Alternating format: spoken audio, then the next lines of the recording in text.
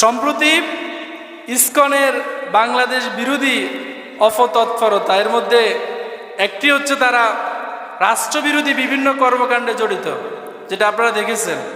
ওদের কত বড় সাহস, বাংলাদেশি পতাকার নিচে রেখে গেরুয়া পতাকা তারা বাংলাদেশি পতাকার উপরে টানিয়েছে, দেখছেন না আপনারা?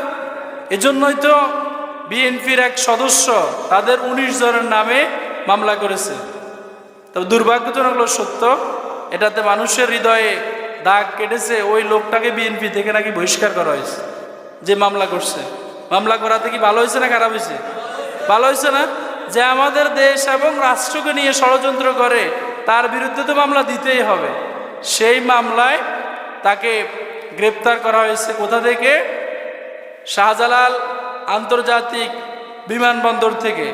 কেন গ্রেপ্তার করা হয়েছে? সে